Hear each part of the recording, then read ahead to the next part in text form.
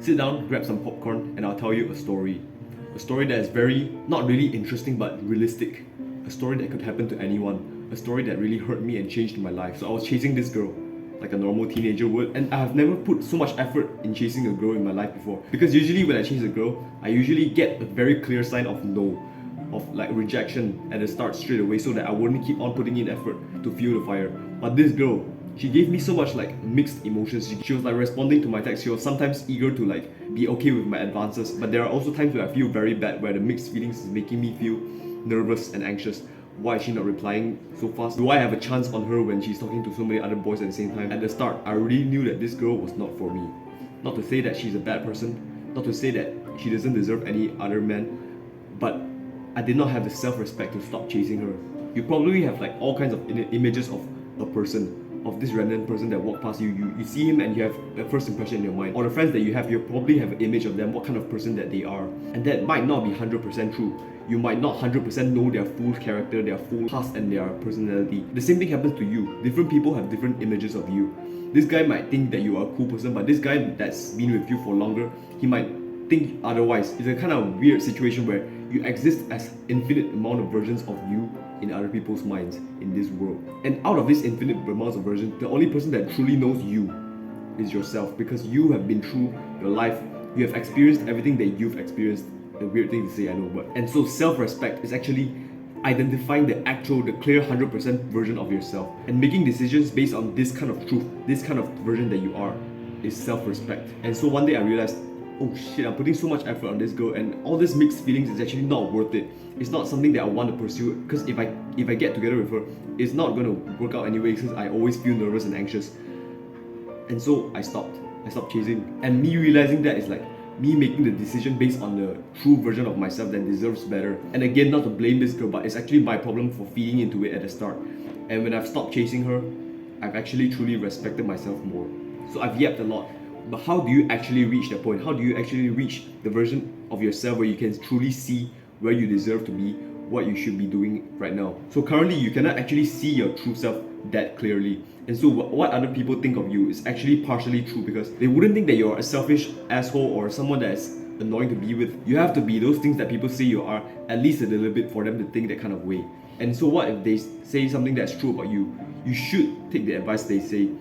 Or even if not advice, even if it's some criticism, you should still take it in with honesty and try to change your life if it's actually true about you. That is also part of self-respect. It's not like ignoring everything everyone else says and do whatever you want. That's selfishness.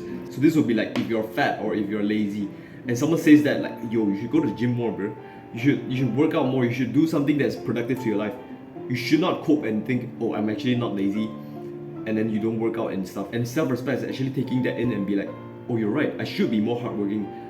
I'm actually fat, so I need to change that right now. Instead of like ignoring them, it's like, no, I'm not fat. I mean, my life is my life, right? Mind your own business. And if what people say about you is true, you should take that in as an advice. And the other part of self-respect is like when people say something that's not true of you, when they say you're this kind of person or you're this kind of person, you're rude or whatever, but deep down you know that you're not, then self-respect actually comes in the realization that you are not what they say you are, and then continue being the best version of yourself. And this way you will stay strong, you don't waste energy focusing on those things, you don't be unhappy or stressed or depressed on your own life because of something that's superficial and not true about you.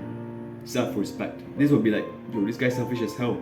He does not help anyone else, he only cares about himself, he only makes decisions for himself. And if you truly have the evidence and proof that you are not selfish, that you care about other people, when you actually give money to the homeless people, when you actually pick up the rubbish, when you actually do things that you know that you are not selfish, then what's the point of thinking you're selfish when they say that you are?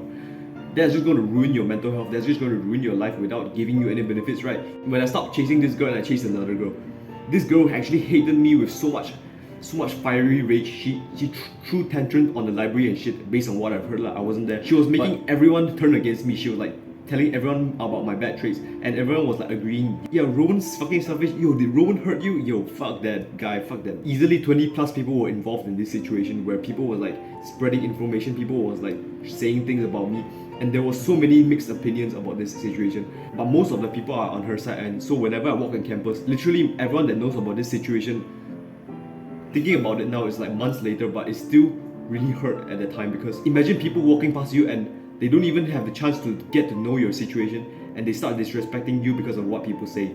Imagine that. Imagine the people in your class, in your cohort, thinking that about you. If I did not respect myself at the time, if I truly believe that I'm an evil person that does not deserve love, does not deserve any friends, these videos that I've been putting out consistently non-stop for a year, they wouldn't have been possible because I would have been depressed.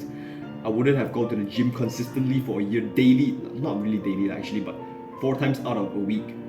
At least 4 times a week. My self-improvement skyrocketing after this kind of event. It wouldn't have happened if I did not respect myself. Am I truly the kind of person that everyone should hate? Well, the friends, the close friends, the friends that I really love right now, they don't think so. The people that I've met afterwards and told the story to, they don't think so.